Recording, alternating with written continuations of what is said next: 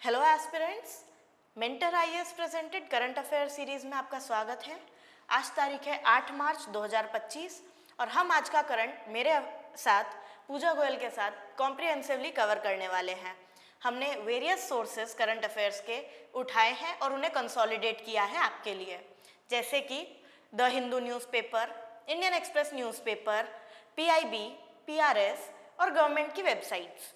Okay, तो आज के अगर हम टॉपिक्स के साथ शुरू करें तो हम देखेंगे कि आज नेशनल लोक अदालत के ऊपर जो है वो न्यूज़ है कि नेशनल लोक अदालत जो है वो सेटअप की गई है।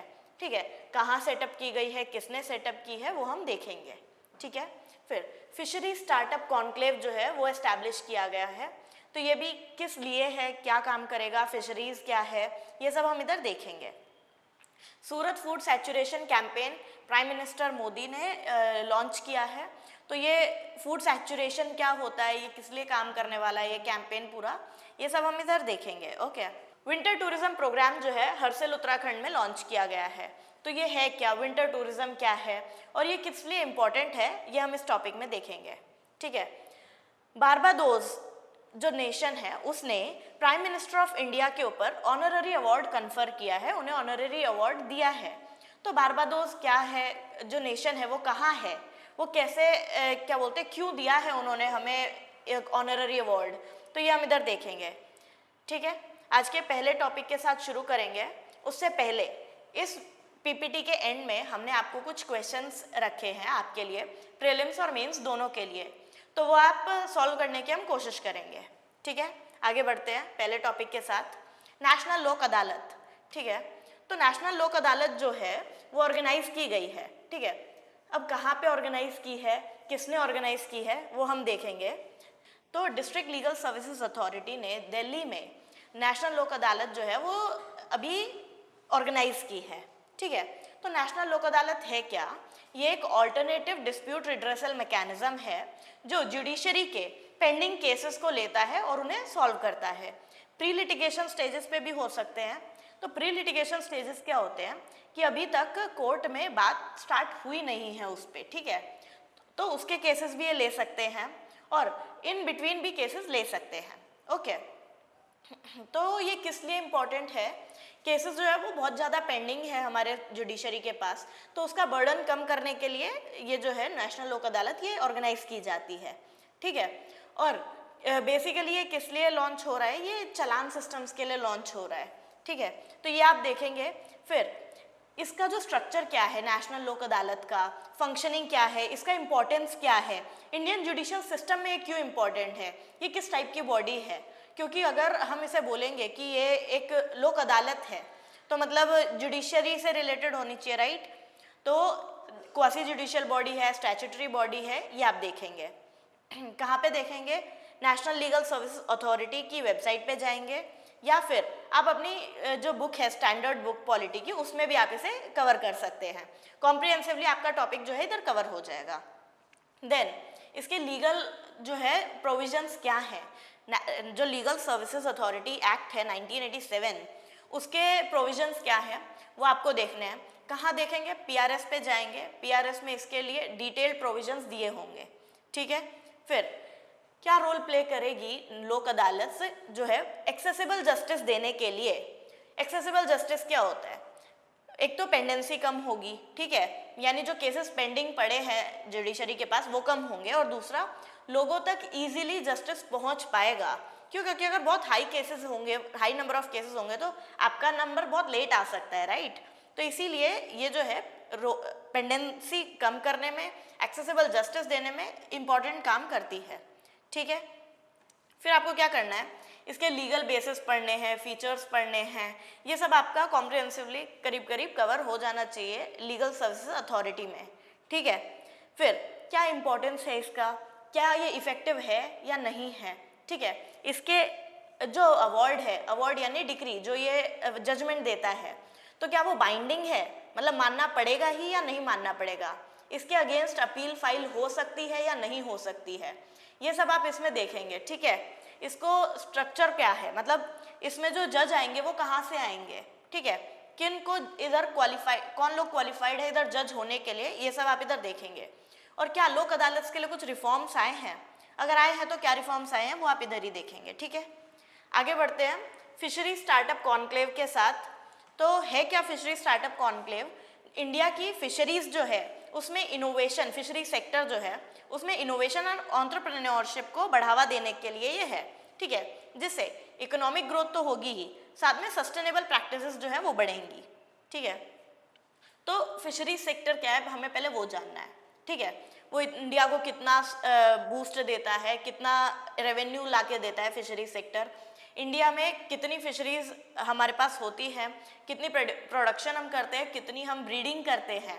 ठीक है, कितने टाइप की फिशरीज होती है, right, mainland fisheries, inland fisheries, then marine fisheries. तो ये सब हम देखेंगे किसका रोल जो है वो ज़्यादा है, किसका क्वांटम जो है ज़्यादा है, कि राइट कि आपकी इनलैंड फिशरीज ज़्यादा नंबर्स में है या मरीन फिशरीज ज़्यादा नंबर में है, ये हम इधर ही देखेंगे।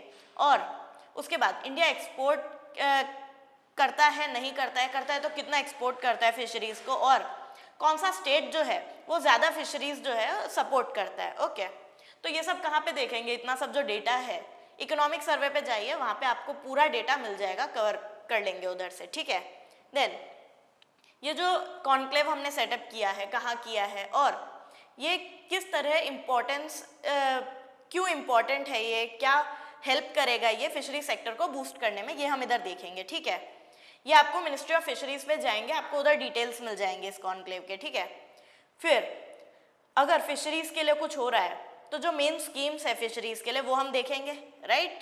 तो मत्स्य संपदा योजना जो है वो हम इधर ही देखेंगे। ठीक है, कि मत्स्य संपदा योजना क्या है, मत्स्य यानी मछली, राइट। तो हम उसको, उस स्कीम को इधर ही कॉम्प्रिहेंसिवली कवर कर लेंगे पीआईबी से। ठीक है, I am स्टेटिंग it over and over again, आप इसको सिर्फ और सिर्फ ऑफिशियल वेबसाइट से ही कवर कीजिए। उसमें क्या होगा कि आप अपना थॉट प्रोसेस डेवलप कर पाएंगे, अपने पॉइंट्स डेवलप कर पाएंगे, अपना एक नीश डेवलप कर पाएंगे। ठीक है, don't go for ready sources, जो आपके पास रेडी है, नोट्स आपको प्रोवाइड कर रहे हैं direct. Go for official websites, वहाँ से अपना डेटा निकालिए और खुद के नोट्स बनाइए, आपको बहुत हेल्प मिलेगा। क्यों? क्योंकि जब आप मेंस में आंसर लिखेंगे तो आपको इन्फॉर्मेशन जो है ना वो याद रहेगी बहुत ज़्यादा, और आपका खुद का एक पैटर्न होगा। ठीक है, आप किसी का पैटर्न कॉपी नहीं करते होंगे। ठीक है, आगे बढ़ते हैं। फिर फिशरी सेक्टर में कौन से इनिशिएटिव्स है, गवर्नमेंट स्कीम्स और है वो आप देखेंगे अच्छे से, और क्या अपॉर्चुनिटीज़ है फिशरीज सेक्टर में, हम क्यों फिशरीज सेक्टर जो है वो उसको इतना ज़्यादा बूस्ट करने की कोशिश कर रहे हैं। ठीक है, ये हम इधर देखेंगे। आगे बढ़ते हैं, सूरत फूड सैचुरेशन कैंपेन। ठीक है, प्राइम मिनिस्टर आए थे, उन्होंने सूरत फूड सैचुरेशन कैंपेन लॉन्च किया है। किस लिए किया है? माल न्यूट्रिशन को कर्ब करने के लिए, यानी कम करने के लिए, और फूड सिक्योरिटी को बढ़ाने के लिए। ठीक है, कैसे? फोर्टिफाइड फूड जो है वो डिस्ट्रीब्यूट करना है। तो सबसे पहली बात ये आती है कि फोर्टिफाइड फूड होता क्या है ना। जैसे कोई भी आप फूड उठाते हो उसमें अगर न्यूट्रिशन जो है वो एक सर्टेन अमाउंट में है और आपको न्यूट्रिशन ज़्यादा देने की ज़रूरत है किसी को, तो आप उसमें न्यूट्रिशंस ऐड करते हो। ठीक है, तो न्यूट्रिशंस ऐड करने का जो पूरा प्रोसेस है वो फोर्टिफिकेशन कहलाता है। तो आप ये देखेंगे कि किस किस फूड में आज तक हम फोर्टिफिकेशन कर चुके हैं, कैसे करते हैं और उसको कैसे इम्प्लीमेंट किया जाएगा, राइट, कि किस लेवल पे फोर्टिफिकेशन किया जाता है। क्या हार्वेस्ट से पहले किया जाता है, या फिर बीज डालने से पहले किया जाता है, या फिर उसके बाद किया जाता है, पोस्ट हार्वेस्ट किया जाता है। तो वो आप इधर देखेंगे, अच्छे से कवर करेंगे। देन अगर हम फोर्टिफाइड फूड देते हैं लोगों को तो माल न्यूट्रिशन कब होगा, ये बहुत बेसिक है। क्यों? क्योंकि हम फोर्टिफाई कर ही इसीलिए रहे हैं किसी चीज़ को कि उसमें न्यूट्रिएंट्स ऐड किए जाए, राइट। तो माल न्यूट्रिशन कम करना इस चीज़ से बहुत ईजी हो जाएगा, इफेक्टिव हो जाएगा। ठीक है, इस कैंपेन का पर्पस और एग्जीक्यूशन किस तरह होगा वो आप अच्छे से करेंगे। Ministry of women and child development की वेबसाइट पे अच्छे से इसको डिटेल में दिया हुआ है। ओके, फिर न्यूट्रिशनल सिक्योरिटी क्या है और फोर्टिफाइड फूड्स का क्या रेलेवेंस है इसमें, वो आप देखेंगे अच्छे से।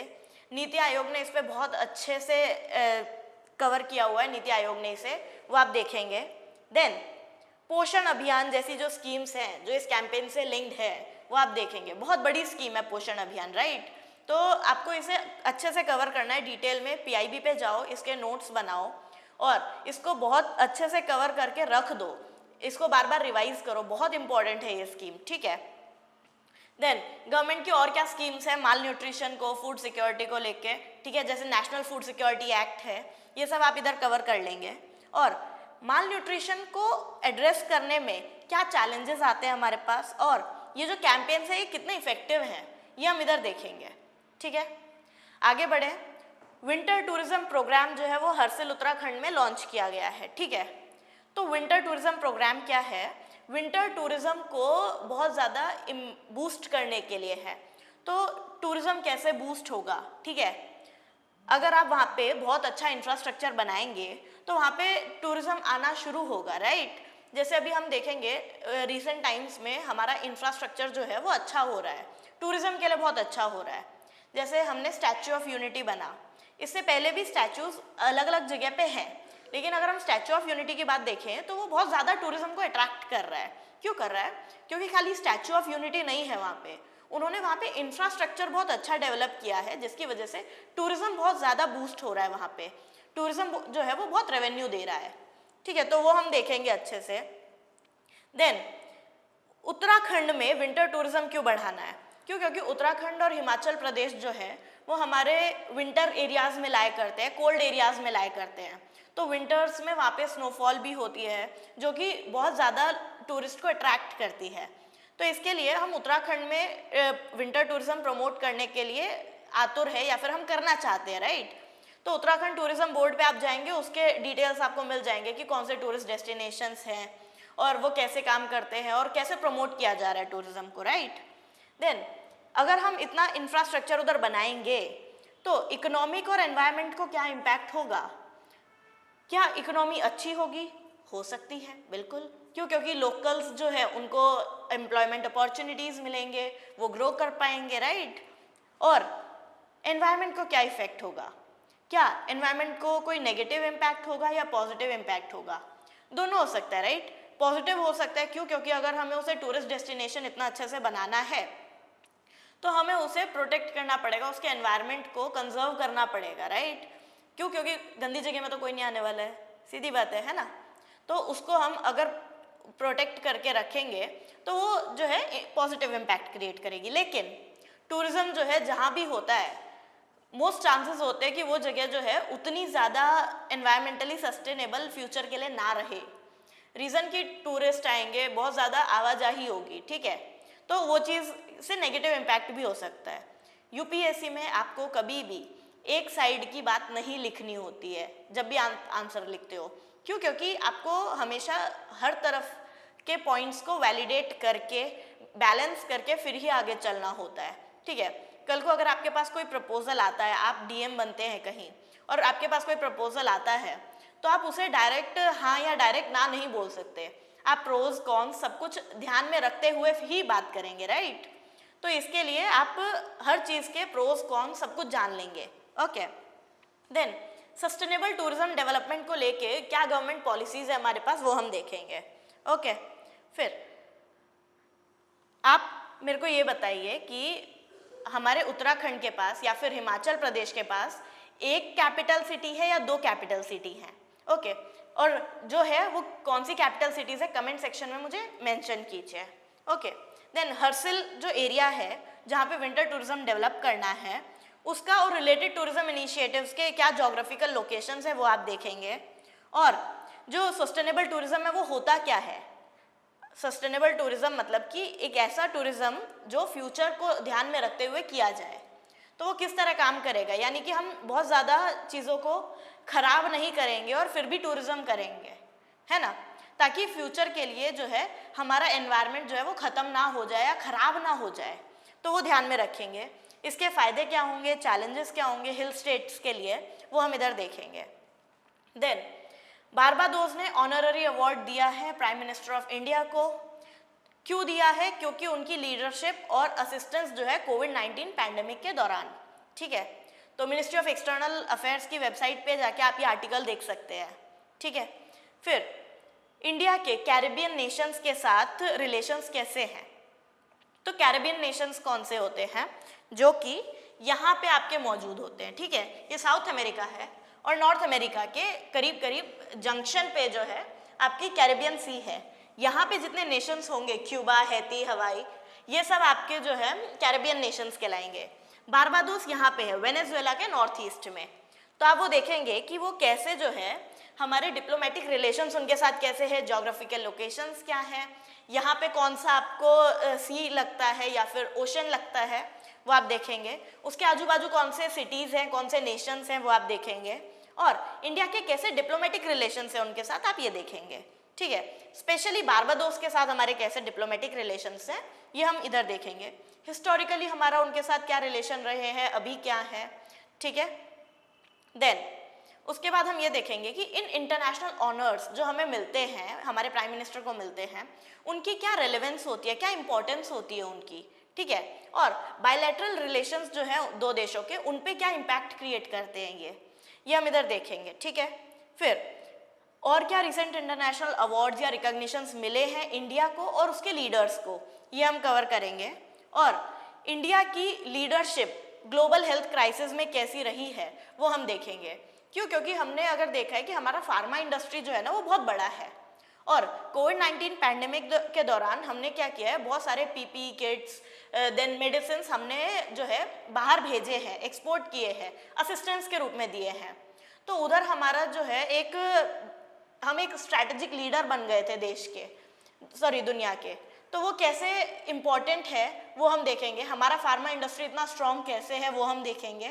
ठीक है, वो कैसे एक रोल प्ले कर रहा है इंडिया को ग्लोबल लीडर बनाने में, वो हम इधर कवर करेंगे। ठीक है, देन आपको क्या करना है, ये सब के लिए ऑफिशियल सोर्सेज यूज़ करने हैं।